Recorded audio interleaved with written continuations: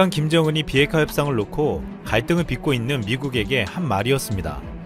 미국은 이 크리스마스 선물을 ICBM이 될 거란 예상을 내놓으며 지난 성탄절 한반도의 정찰기를 띄워 감시태세에 들어갔습니다. 하지만 크리스마스에 북한은 아무런 일도 벌이지 않았습니다. 그러나 안심할 수 없는 것이 지금 북한이 보이고 있는 움직임이 예사롭지 않습니다. 성탄절에 북한은 도발은 안 했지만 25일 노동신문에 중국을 포함한 다른 나라의 인공위성 발사에 대한 기사를 실었습니다. 북한은 그동안 인공위성 발사라고 주장하면서 미사일 개발을 계속 해왔습니다. 이 때문에 인공위성 발사 기사는 ICBM을 쏘기 위한 명분 쌓기가 아니냐는 분석이 나오고 있습니다. 북한은 지금 연말에 뒤늦은 성탄절 선물을 준비하고 있는지 의심받고 있습니다. 언제 도발할지 모르는 북한 김정은은 지금 전 세계에서 가장 위험한 인물로 인식되고 있습니다. 그런데 지난 25일 독일에서 놀라운 여론조사 결과가 나왔습니다. 유고프라는 독일의 여론조사 기관이 독일 시민 2,000명을 대상으로 실시한 여론조사에서 세계 평화를 가장 위협하는 위험한 지도자로 트럼프가 1위를 차지한 것입니다. 응답자의 41%가 트럼프를 지목했고 김정은은 17%로 2위를 기록, 푸틴은 8%에 불과했습니다. 트럼프가 가장 위험한 지도자로 지목되는 이유는 최근 전 세계의 동맹들을 대상으로 벌이고 있는 행보에 있습니다. 트럼프는 한국과 일본뿐만 아니라 나토 국가들에게까지 방위비에 대한 무리한 인상을 요구하고 있습니다. 또한 트럼프는 중동과 아프리카에서 병력을 빼고 있고 특히 시리아 철군으로 동맹이었던 쿠르드족이 당하는 피해를 보고만 있었습니다. 트럼프는 이젠 동맹들에게까지 돈을 중시하며 자국의 이익만을 추구하고 있습니다. 독일에서 트럼프를 가장 위험한 인물로 꼽는 이유는 최근 러시아와의 사업 때문이 가장 크다고 보고 있습니다. 트럼프는 독일이 추진 중인 러시아산 가스 수입을 위한 노드스트림2 사업을 두고 독일은 러시아의 포로라고 비판하며 노드스트림2 사업에 참여하는 기업에 대한 제재를 가했습니다. 또한 미국에서 유럽산 자동차에 대한 관세 부과 방침도 독일을 겨냥했다는 말이 나오고 있습니다. 지금 독일은 그렇게 트럼프에게 속수무책으로 당하며 여론은 악화되고 있습니다. 트럼프는 최근 일본에게도 일방적인 미일 무역 협상을 얻어냈다고 자랑했습니다. 트럼프는 새로운 미일 무역 합의로 70억 달러 가치의 일본 시장이 미국산 제품에 열리게 된다고 말했습니다. 일본은 미국산 소고기의 관세율이 38.5%인 것을 단계적으로 9%로 낮추겠다고 했습니다. 일본 교도통신은 트럼프 행정부가 일본산 자동차에 대한 관세 압박을 이어가는 상황에서 일본이 많이 양보할 수밖에 없었다고 했습니다. 독일과 일본 등 많은 국가들이 트럼프의 굴욕을 당했지만 한국은 달랐습니다. 한국과 일본, 나토에게까지 방위비를 대폭 올리겠다는 미국은 가장 먼저 한국과 협상을 시작했습니다. 미국은 우리에게 기존의 5배인 50억 달러를 요구하며 큰 논란을 일으켰고 우리 정부는 절대 수용할 수 없다고 대응했습니다. 심지어 한국 국민들은 주한미군이 감축하거나 철수하더라도 무리한 인상 요구는 받아들일 수 없다는 의견이 지배적이었습니다. 한미 방위비 협상은 입장 차이가 너무 커서 1차 협상이 1시간 만에 결렬되었고 지난 18일에 열린 5차 협상도 성과 없이 끝났습니다. 미국은 끝까지 새로운 항목들을 만들며 5배 인상을 고수하려 했으나 한국은 한미 방위비 분담 특별협정 틀을 절대 벗어날 수 없다며 거절했습니다. 또한 미국 의회에서도 50억 달러는 너무 과하다는 말이 나오는 상황이었습니다. 결국 지난 25일 미국이 50억 달러 요구를 철회했다는 보도가 나왔습니다. 미국은 방위비 50억 달러 요구를 철회하고 한국에 대한 방위비 분담금 인상은 10% 이하가 유력하다는 것이었습니다. 이것은 미국이 분담금을 적게 올리는 대신 한국이 무기 구매를 늘리며 한미 동맹에 기여하겠다는 설득 논리가 받아들여진 것으로 보았습니다. 또한 미 상원이 지난 17일 주한미군 규모를 현행 유지하도록 하는 내용을 담은 2020년도 국방수권법을 통과시키고 트럼프가 이에 서명한 상황이 협상팀 전략을 바꾼 요인이라는 관측도 나왔습니다. 미국 CNN은 지난 11월 트럼프가 갑자기 한국 분담금을 50억 달러로 올리라고 지시했다고 보도했습니다. 이에 미 국방부와 국무부 당국자들이 근거를 만드느라 진땀을 흘렸고 새로운 항목을 억지로 집어넣어 미국은 협상에서 설득력을 갖추지 못했습니다. 한국은 한미 방위비 분담 특별협정을 강조하며 인정할 수 없는 항목 신설과 비용 요구를 일축했습니다. 결국 미국은 트럼프의 5배 넘는 무리한 인상을 요구하며 이를 관철하려 들었지만 한국의 완강한 반대와 설득에 무산된 것입니다. 한국은 무리한 방위비 요구는 거절하되 한미동맹은 유지할 수 있는 절충안으로 설득했습니다. 이번에 한국이 제시한 무기 구매 확대는 방위비 인상과 같이 재정 부담이 확대되지만 장기적으로는 우리의 국방 자산이 되고 대북 억제력을 높인다는 점에서 더 나은 선택으로 보고 있습니다. 지금 트럼프의 일방적인 요구와 압박에 당당하고 지혜로운 외교력을 보여준 한국은 일본과 독일뿐만 아니라 전 세계에 큰 자극을 주었습니다.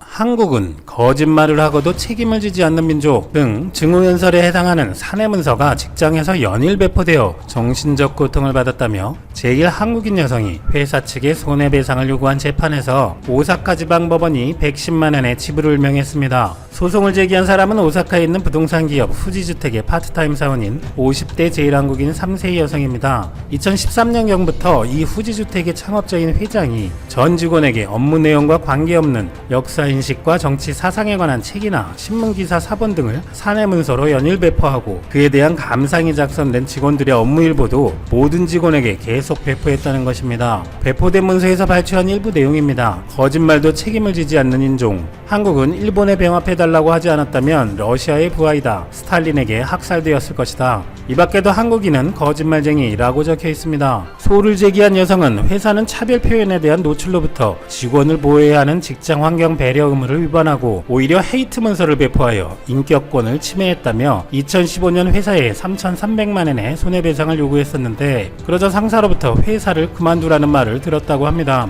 한편 이 후지주택의 회장은 재판에서 차별은 하지 말아야 하지만 옳다고 생각하기 때문에 문서들을 나눠주고 있을 뿐이고 읽지 않을 자유가 있기 때문에 헤이트가 아니라고 반박했고 회사 측도 이 여성은 직접적인 차별적 언동을 받고 있지 않다고 주장했습니다. 그렇게 2015년 소를 제기한 이후 올해 7월 2일 판결에서 오사카 지방법원은 사내문서에 대해 죽을 거야, 거짓말쟁이, 야생동물 등의 심한 인격 공격의 표현을 사용하는 것은 국적에 따라 차별 취급을 받지 않을 권리가 있는 인격적 이익을 구체적으로 침해할 우려가 있고 사회가 허용할 수 있는 한계를 넘는 위법한 것이다. 해당 여성을 비판하는 직원의 감상문이 산하에 배포된 것은 재판을 받을 권리를 억압하고 명예와 감정 등을 침해했다고 인정하며 후지주택 측에 110만 원의 지불을 명했습니다. 이 회사의 이런 짓은 이뿐만이 아닙니다. 회사는 이 여성을 근무시간 중에 교과서 전시회에 동원을 하고 설문조사에서 새로운 역사 교과서를 만드는 모임의 간부들이 편집한 중학교 교과서에 긍정적인 답변을 쓰도록 요구하는 등 정신적 고통을 주었다는 것입니다. 이에 대해서도 법원은 업무와 관련 없는 정치활동에서 원고의 정치적인 생각, 신앙의 자유를 침해했으며 이에 수반하는 원고의 인격적 이익을 침해하여 위법하다고 말했습니다. 그런데 이 후지주택의 이마이 회장이라는 자는 도저히 승복하기 어렵다. 즉시 항소하여 적정한 판단을 다시 구하겠다고 주장했는데 문서는 사실에 근거한 정치적 의견 논평이기 때문에 증오연설이 아니다라고 주장하며 문서를 배포한 후 문서를 읽는 것은 강제하지 않았고 회장 자신의 표현의 자유를 제한하면서까지 원고의 법적 권리를 보호할 필요는 없다는 것입니다. 또한 교과서 전시회에 동원한 것에 대해서는 참여를 강제한 것이 아니라며 단순히 박람회 참가를 고소하는 것 자체는 불법이 아니라고 주장했다고 합니다. 한편 회사에 소송을 제기한 이 여성은 제1교포 3세로서 일본에서 태어나 자랐는데 이 여성과 같은 제1한국인 3세인 소꿉친구가 다른 일본인 친구의 부모로부터 조선의 아이들과 놀지 말라며 차별받은 것을 계기로 초등학교 고학년부터 일본 이름을 사용하지 않고 한국 이름으로 살았다고 하며 자신의 뿌리를 소중히 하고 싶어서 일본인 남성과 결혼한 이후에도 이름과 국적은 바꾸지 않고 있다고 합니다. 국적도 안 바꿨다면 그냥 한국인이군요. 그리고 회사에서 이런 혐한 문서를 배포한 것에 대해 제출한 증거만 3박스가 넘는다고 합니다. 이 후지주택이라는 회사는 도쿄 증권거래소 일부에 상장되어 있는 기업이라고 하는데 그런 증오 문서에 대해 일본인 직원들이 느낀 점을 업무 일부에 쓰고 돌려받다니 참 수준이 어처구니가 없습니다. 그리고 그 회장이라는 작자는 보지 않을 자유가 있으니까 자신에게는 죄가 없다고 하는데 어거지도 참. 이렇게 명백한 인권 침해 증오 범죄는 입장을 바꿔서 만약 일본인 직원이 있는 어떤 한국 기업이 이런 일을 했다고 가정해 본다면 아무리 한국인들이 일본을 싫어한다고 해도 기사의 댓글에는 인권을 무시하는 회사를 비판하는 의견들이 달릴 거라고 생각이 되는데 놀랍게도 이 기사의 댓글들에는 역시나 한국을 욕하는 내용들만 가득합니다. 한국은 거짓말만 하는 나라라는 것은 사실이니 헤이트가 아니다. 저 직원이 평소에 문제가 있었을 것이다 라는 내용이 대부분입니다. 그래도 이 사건의 법원은 유죄 판결을 내려서 다행이라고 생각이 듭니다만 해고유역까지 받았는데 110만 원은 좀 적지 않나요? 그래도 이 사건은 판사를 잘 만났을 뿐이지 모든 일본의 법원이 그런 것은 아닌 것 같습니다.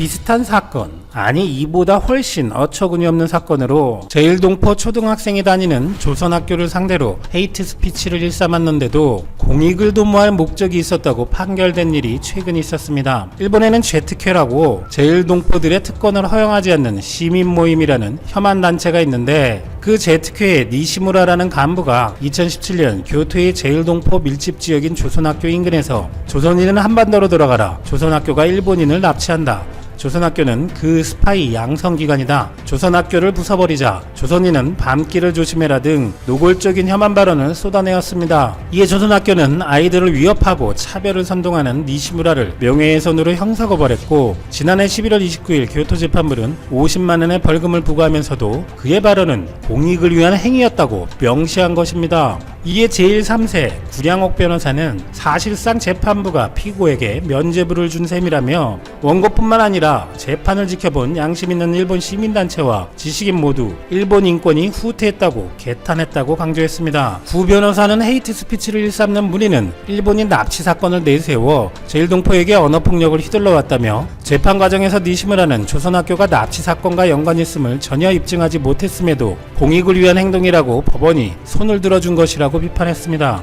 그런데 더 웃기는 것은 징역형 또는 집행유예를 기대했던 조선학교가 즉각 반발에 항소하려 했으나 부담을 느낀 검찰이 응하지 않았다는 것입니다. 검찰도 일본인이라는 건가요? 그리고 더 놀라운 것은 이에 힘을 받은 니시무라는 무죄 판결을 받아내겠다며 항소했다는 것입니다. 구 변호사는 피해를 보는 원고의 항소는 무시되고 적반하장적으로 피고의 항소는 받아들여진 상황이라며, 이런 식이면 결국 피고에게 유리한 판결이 내려질 수 있다고 우려하고 있는데, 고등법원에서는 공판을 한 번만 열고 9월에 판결을 내린다고 공시했다며, 보통 수차례 이상 열던 공판을 1회로 한정한 것 자체가 법원도 제대로 심의할 생각이 없는 것이라는 것입니다. 아니, 아무리 한국이 싫더라도, 아무리 일본 우익 꼴통이라도 조선학교가 일본인을 납치한다는 등, 조선학교는 스파이 양성기관이라는 등 초등학생들에게 그런 소리를 지르는 게 사람이 할 짓인지, 또 그걸 공익 목적이 있다고 판결하는 법원이나 참 어처구니가 없습니다. 북한이 일본인을 납치했었다는 것은 과거 1970, 80년대에는 분명한 사실이나, 최근에는 북한에 납치됐을 것이라고 주장했던 일본인들의 유골이 일본 국내에서 발견되거나 심지어 일본 국내에서 멀쩡히 살아있는 모습 등이 상당수 밝혀지면서 납북자 문제가 과장되었다는 비판도 제기되고 있죠. 일본 정부조차 납치 피해자로 공식 인정하는 사람은 12건,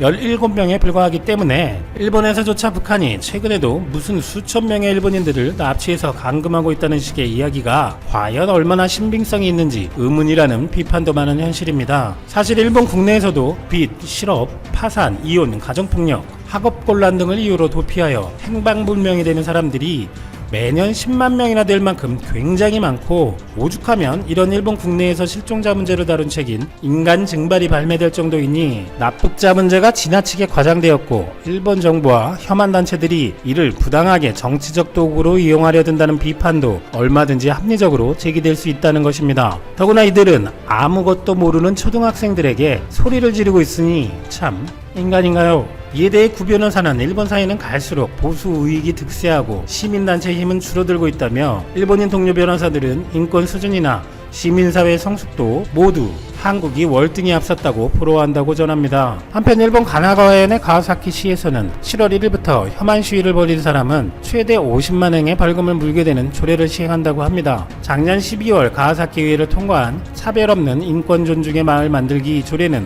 인종, 국적, 민족, 연령, 성별, 장애 등 모든 종류의 차별을 금지한다는 방침 아래 차별적 운동을 반복해서 하는 사람에겐 시장이 그 중단을 명령하고, 만약 이 명령을 위반했을 땐 50만엔 이하 벌금형에 처한다는 등의 내용이 담겨있는데, 이런 내용이 일본 최초라는 것에 의미가 있을 수 있습니다. 일본에선 지난 2016년 6월부터 국가와 지자체에 헤이트 스피치 문제 해소를 위한 책임과 노력 의무를 부과한 헤이트 스피치 대책법이 시행되고 있지만 처벌 규정은 없습니다.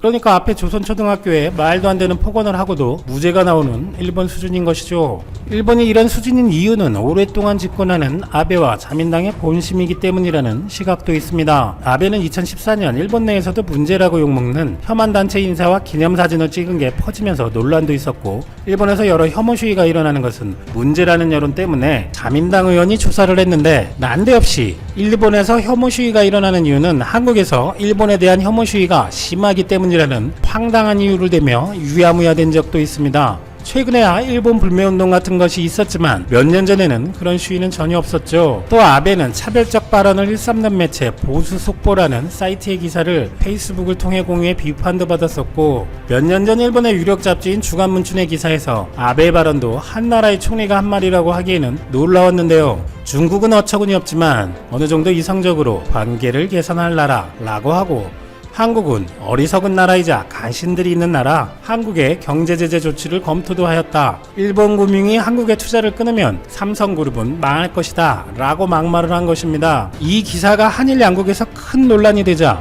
일본 정부는 잡지 기사는 사실이 아니다라고 했지만 몇 년 후 한국과 삼성을 겨냥한 경제제재를 하면서 이 발언은 사실이었다는 심증이 굳어지게 만들었습니다. 일본은 한국의 G7을 반대하면서 G7의 존재는 자유, 민주주의, 인권, 법의 지배 등 보편적 가치를 공유하는 나라들이 세계를 리드해 나간다는 것이라고 했는데, 초등학생들에게 중어 발언을 쏟아낸 사람들에게 무죄 판결이나 내리고 항소도 안 하는 검찰, 일본이라는 나라의 입에서 나올 소리인지 의문입니다.